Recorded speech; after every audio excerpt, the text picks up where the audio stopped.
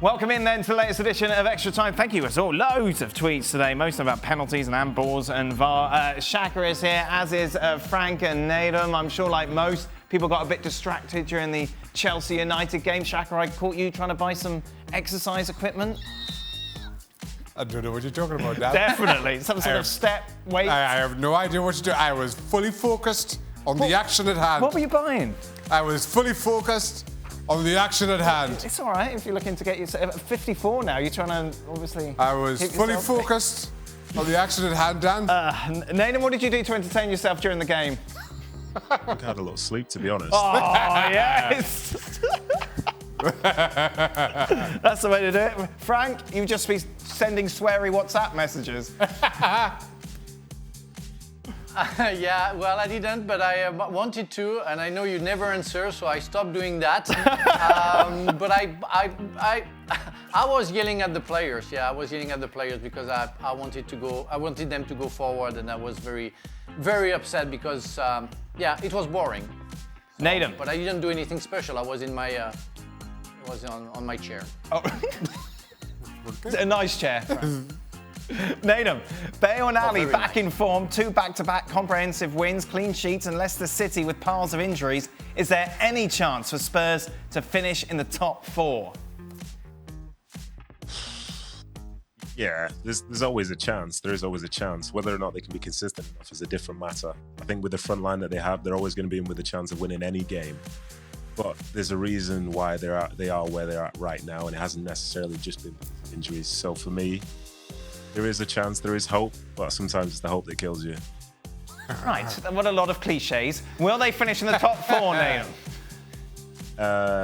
No, I liked Shaka's top 4 on in the main program, to be honest. What was your top 4, Shaq? Do you remember it? Yep. What was it? I'm not telling you. It was the 2 Manchester clubs, Leicester and Chelsea. Okay, all right. Frank, is Tuchel being a little too pragmatic in his approach with Chelsea as far as tactics, or is he just still figuring the team out?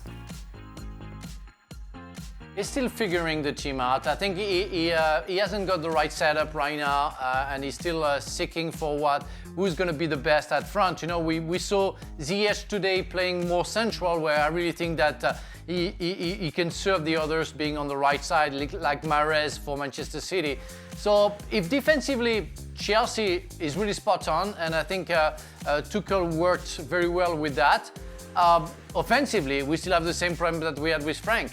They don't create enough actions and chances, and they don't score enough goals, and he's still looking for his first 11. But we still have to give him some time, I think, to find the right setup. Shaka, is there any truth to Ole's claims that coaches' comments, Klopp's last month, impact refereeing decisions? You'll have to ask a referee that. We don't have any referees on, so we're going to you. So I'm the resident referee? This is the person who wanted you. You were on IFAB. You work with referees. Just to confirm, I'm the resident referee in the absence of referees? According to Andrew Wing, he wants your opinion on this. As to whether coaches' comments, I'm going to go with a no. Right. There you are. Nothing else? What else you want me to add? I don't know, I'm not a referee. Okay. Anyway, Nedum, why is the FC Crew so biased towards Manchester City as favourites to win the Champions League? Are they really that much better than Bayern Munich? No, I think I would never say, well, in this moment, I'm not going to say they're better than Bayern Munich. But I think when you've won 20 games in a row, it's hard to not at least say you're part of the conversation to be one of the favourites to win the Champions League. And obviously the draw will come down, will make a big difference as well. But no, everybody's seen them play at this point, and when they're going, they're as good as anybody on the planet. So with that in mind, why would you not say they're one of the favourites? More bias from former Manchester City defenders. Let's go to Frank for a more objective view. Well, there is nothing much to say, you know. Manchester City is the best team in the world right now, so they deserve all the credits. I'd also like to point out, Dan, that Manchester City are top of my power rankings. Oh, no one cares about that. Right, hold on, I'm not finished. That says everything you need to do right there. Right. Tune in on Thursday for the latest edition of the Power Rankings. Your welcome world. Have you got a sponsor for it yet? No. All right. Is it bad sportsmanship? Google algorithms sponsors my top 10. Is it bad sportsmanship, Shaq? I think I said a bad word, and I'm going to say this again. Is it bad sportsmanship, Shaq? From Doug to take free kicks quickly before the goalkeeper is ready. Shaka, did you ever experience a player who constantly attempted this? That's not bad sportsmanship. It's a part of the game. That's a part of the game as a goalkeeper. Right. You have to be switched on and aware of that, which I always was during my career. So for you, the goal should have stood, even though the goalkeeper wasn't it should ready? have stood. Yes, Yeah? absolutely. Nedum, do you agree? Yeah, I totally agree. I'm not part of the goalkeepers union, but if a goalkeeper is going against other goalkeepers, I can tell you for a fact I'm going to go against goalkeepers as well. I think we're not just going to wait for them to be ready. If the referee says you can take the free kick, like take the free kick and try and gain an advantage, because it's a tough enough game anyway. So if you can find a little 1% to help your team out, you take it. They did, but unfortunately they were punished. Nedum, who was the toughest striker you ever faced? Toughest. I think I've played against some really physical guys, played against some really technical guys, but I think the best ones to play against would probably be the ones who are actually quite intelligent. So for me, it was when I left City, playing against like a Sergio Aguero or, just one of those like really intelligent prime-time goal-scoring types where the moment you look one way, they go the other. So I suppose in the end, I'll have to say Sergio Aguero, but there were quite a few that I played against who did keep me on my toes for the 90. Frank? Well, it depends on what you want to mean with toughest. Is it a dirty defender who's going to try to kick you? Who was the player when you saw the team sheet, your heart dropped, you knew you were going to have a really tough game? Well, I played against Ronaldo in the final of the World Cup in 1998. But you had him in your pocket for that whole 90 minutes. Yeah, but before the game, I tell you, he wasn't in my pocket, and he was more in my thoughts and in my nightmares than anything else. So I would say him. Yeah. Otherwise, Shearer. Shearer was a very tough striker to play against because he could be dirty. He was also absolutely fantastic player as well, scoring from everywhere. So yeah, you knew that against Shearer you would have a very bad afternoon. Nedum has his hand up. Nedum? Yes. Sorry, I was trying to do. It's been the Zoom year, so you put your hand up and then hopefully somebody comes to you. One that I would say, even though he's got a very good goal-scoring record in the Premier League now, one which was always really frustrating was Jamie Vardy, because I think in his career when I played against him, he tackled me more times than I tackled him, and that was always very, very annoying. Shaka, what about you? When a team sheet comes out, who were you like? Oh, Matt Le Tissier.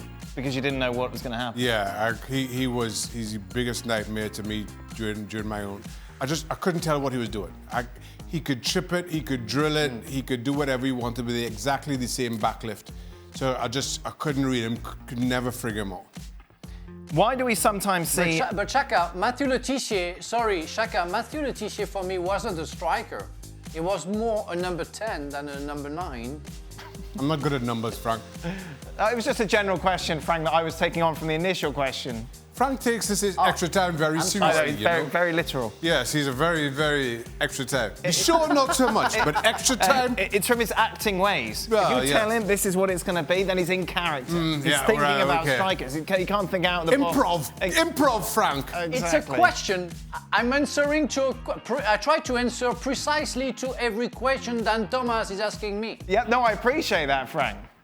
Right, I think some of it comes from being Oscar nominated. Oh, okay. No. Yeah. I will sing a song. If I get an Oscar, I will sing a song. Every time you say Frank is Oscar nominated, he just calms right down. No, but you were in whenever you say Dan, Frank was in a film that was nominated for an Oscar, so therefore I know that. All I'm saying is Frank was rather aggressive. Yeah. Then you say Oscar nominated Frank Leboeuf, and he's like, "Oh, it's okay, Dan. Yeah. I understand. You can ask me anything." Have you seen many of Frank's films? Yeah, I've seen every single one of them, I believe, Which several one's times. your favourite? The first one.